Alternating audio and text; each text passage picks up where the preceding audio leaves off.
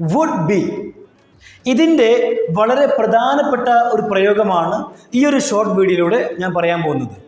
Would be. Would be എന്ന് പറഞ്ഞു കഴിഞ്ഞാൽ ആയിരിക്കും. എങ്ങനത്തെ ആയിരിക്കും?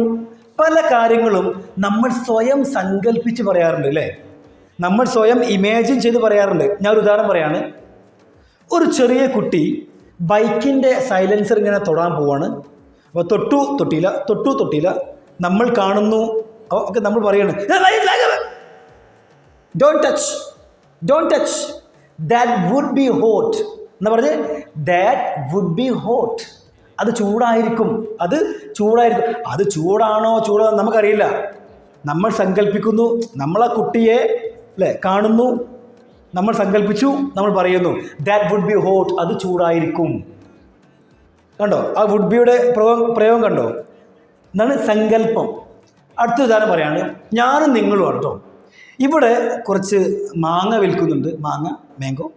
അപ്പം ഞാൻ ഇങ്ങോട്ട് പറയാണ്, അല്ല ഈ മാങ്ങ വാങ്ങിയാലോ? അപ്പം നിങ്ങൾ എന്നോട് പറയാണ്, അത് വാങ്ങണ്ട, ഇത് പുളിച്ചതായിരിക്കുമെന്ന് നിങ്ങൾ വെറുതെ പറയാം. നിങ്ങൾ സങ്കല്പിച്ചെന്ന് പറഞ്ഞാണ്. ഇത് പുളിച്ചതായിരിക്കും എന്ന് പറയാണ്. പറയാം ഇറ്റ് വുഡ് ബി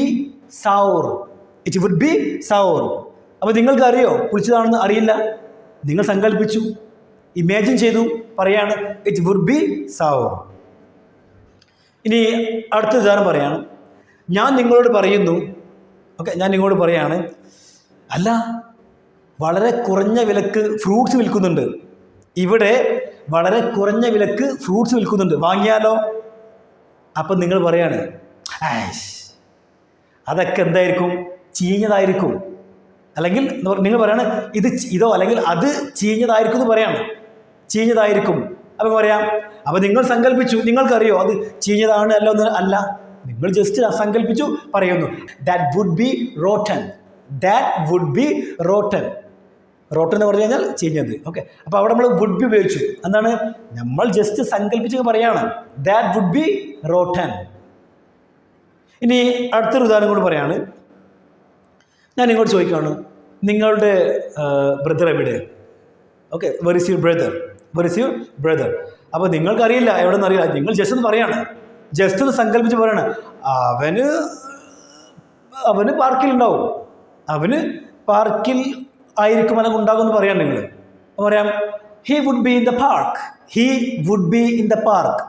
അപ്പോൾ വുഡ് ബിയുടെ പ്രധാനപ്പെട്ട പ്രയോഗമാണെന്ത്? നമ്മൾ സങ്കല്പിച്ച് പറയല്ലേ? സങ്കല്പിച്ച് പറയാൻ വേണ്ടിയാണ് ജസ്റ്റ് പറയാം.